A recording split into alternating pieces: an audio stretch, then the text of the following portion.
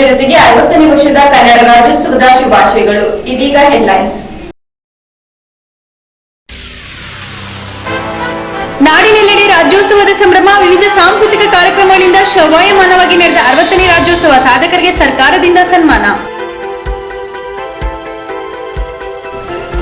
ಸಾಲದ ಶೂಲಕ್ಕೆ ಮತ್ತೊಬ್ಬ ಅನ್ನದಾತ ಬಲಿ. 4 ಲಕ್ಷ ಸಾಲದಿಂದ ಮನನೊಂದು ನೇಣಿಗೆ ಶರಣು. ಮೃತ ರೈತರ ಕುಟುಂಬಕ್ಕೆ ಜಿಲ್ಲಾಧಿಕಾರಿಗಳ ಸಾಂತ್ವನ.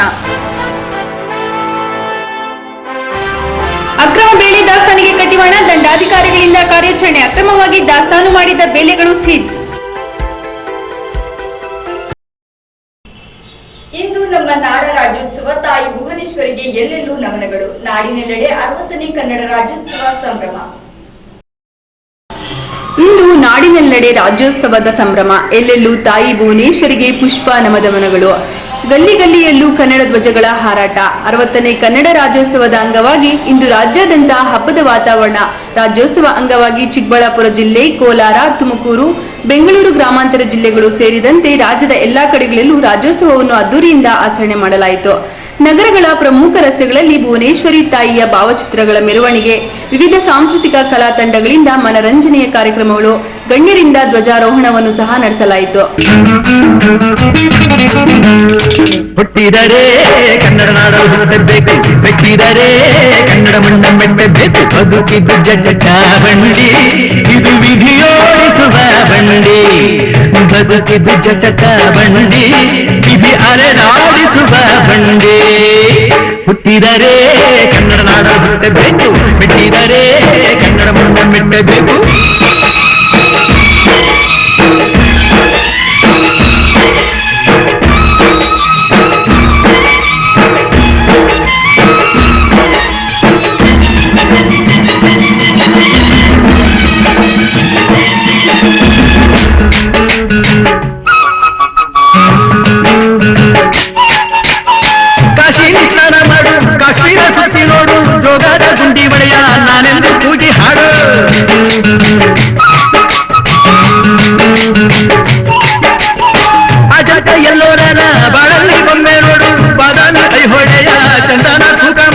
ಕಲಿಯೋಕೆ ಕೋಟೆ ಭಾಷೆ, ಆಡೋಕೆ ಒಂದೇ ಭಾಷೆ ಕನ್ನಡ. ಕನ್ನಡ ಕಸ್ತೂರಿ ಕನ್ನಡ. ಹುಟ್ಟಿದರೆ ಕನ್ನಡ ನಾಡ ಹುಟ್ಟಬೇಕು, ಬೆಟ್ಟಿದರೆ ಕನ್ನಡ ಮಣ್ಣ ಮೆಟ್ಟಬೇಕು. ಬದುಕಿದ್ದು ಜಟ ಬಂಡಿ, ಇದು ವಿಧಿಯೋಡಿಸುವ ಬಂಡಿ. ಬದುಕಿದ್ದು ಜಟ ಬಂಡಿ, ವಿಧಿ ಗುರಿ ತೋರಿಸುವ ಬಂಡಿ.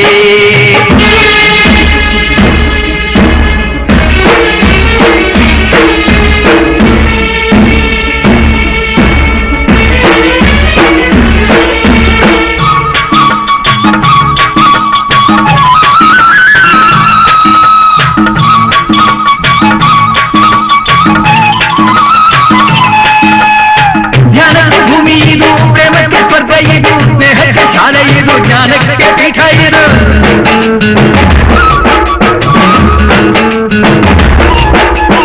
ಕಾವ್ಯಕ್ಕೆ ಕಲ್ಪ ಇದು, ಶಿಲ್ಪಕ್ಕೆ ಕಲ್ಪವಿದು, ನಾಟ್ಯಕ್ಕೆ ನಾಡಿದು, ನಾದಾಂತರಂಗವಿದು.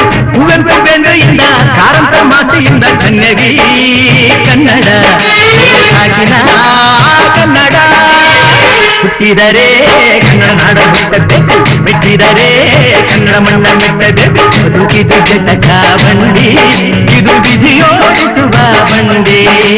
ಬದುಕಿದು ಜಟಕ ಬಂಡಿ, ವಿಧಿ ದಡದೇರಿಸುವ ಬಂಡಿ.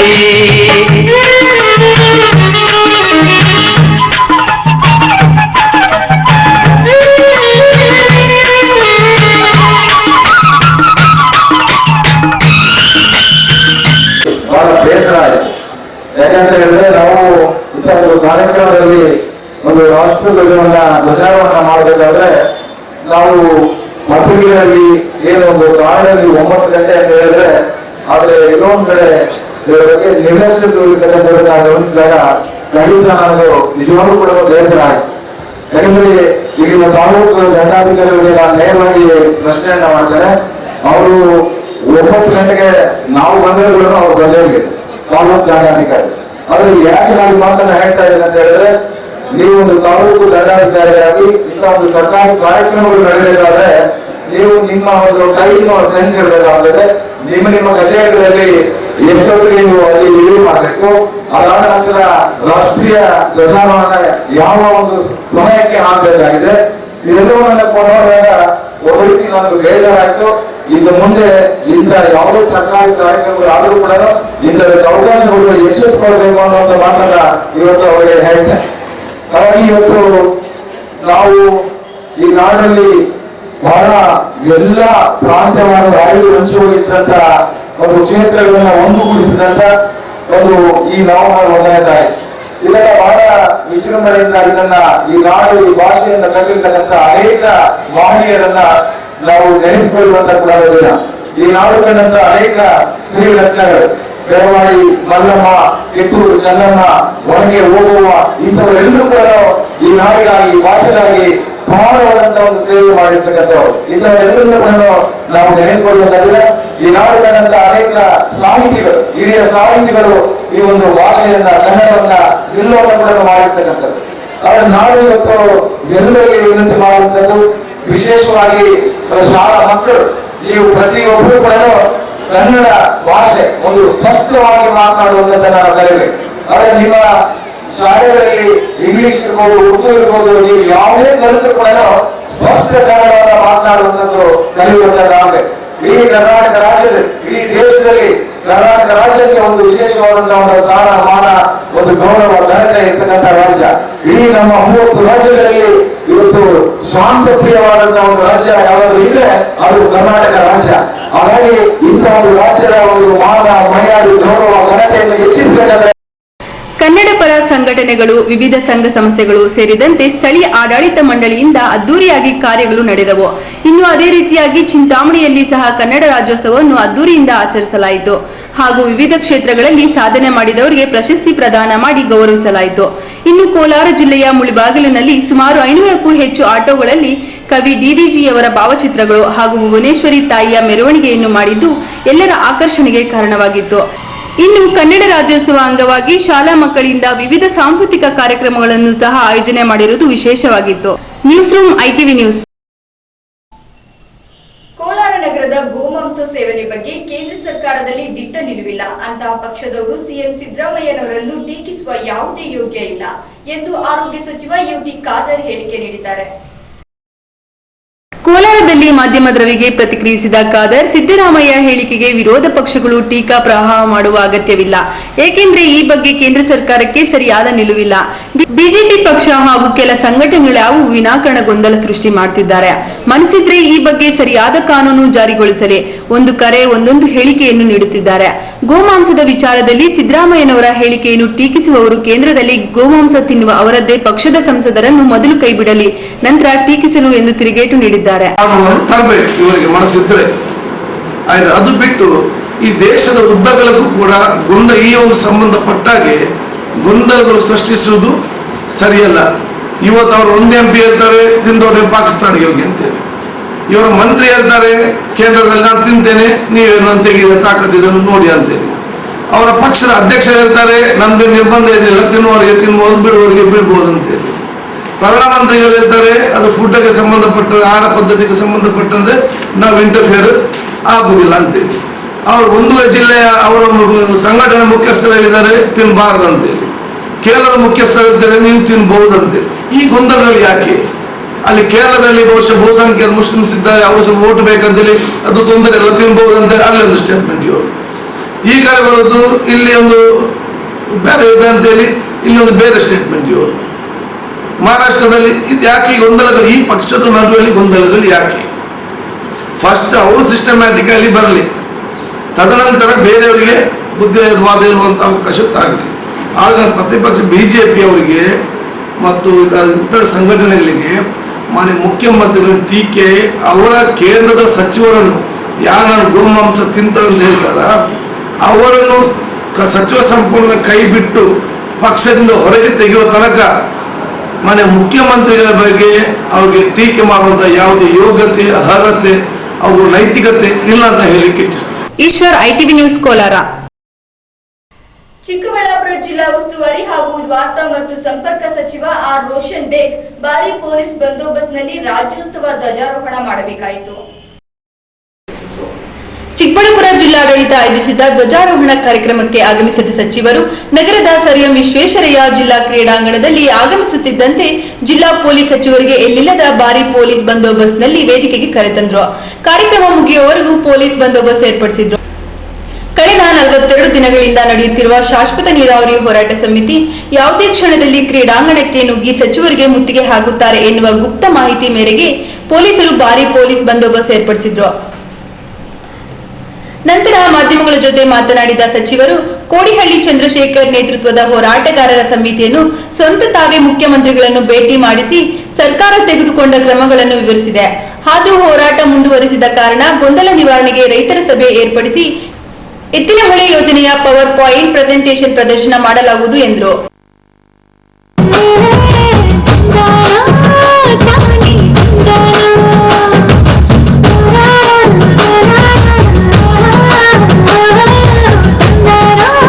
ನಾನು ಕನ್ನಡಿಗ ಕನ್ನಡ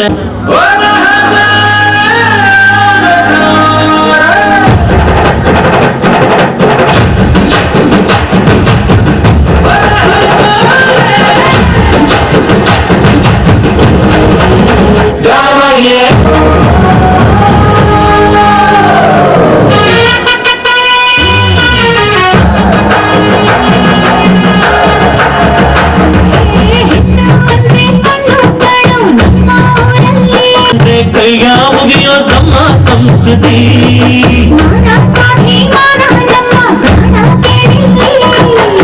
ಮಾರೋ ಮಾರೋ ಮಚ್ಚನ ನಮ್ಮ ಚರಿತ್ರೆ ಕೈಗೆ ಖಡ್ಗ ಕನ್ನಡಿಗ ಎದ್ದು ನಿಂತಿದ್ದೆ ರಮಯ್ಯಾರ ಕೋಲಾರ ಬಂಗಾರ ನಮ್ಮೂರ ಮಯೂರ ಎಲ್ಲ ನಡೀತಾರ ಕನ್ನಡ ಮಾತಾಡ್ ಕನ್ನಡ ಪದವಾಡ್ Kannada. Bureau report ITV news Chikkaballapur.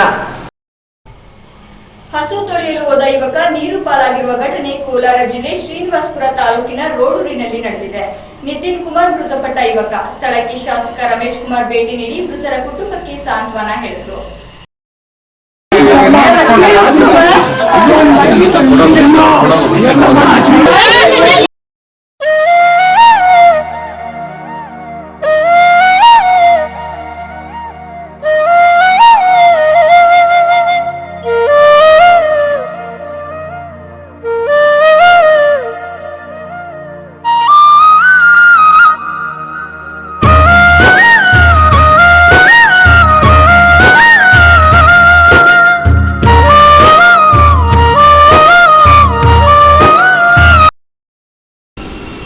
ಚಟುವಟಿಕೆಗಳಿಗಾಗಿ ಸಾಲ ಮಾಡಿಕೊಂಡಿದ್ದ ರೈತನೊಬ್ಬ ಸಾಲ ತೀರಿಸಲಾಗದೆ ಜಿಗುಪ್ಸೆಗೊಂಡು ಮರಕ್ಕೆ ನೇಣು ಬಿಗಿದುಕೊಂಡು ಆತ್ಮಹತ್ಯೆಗೆ ಶರಣಾಗಿರುವ ಘಟನೆ ಬೆಂಗಳೂರು ಗ್ರಾಮಾಂತರ ಜಿಲ್ಲೆ ವಿಜಯಪುರ ಬಳಿ ನಡೆದಿದೆ.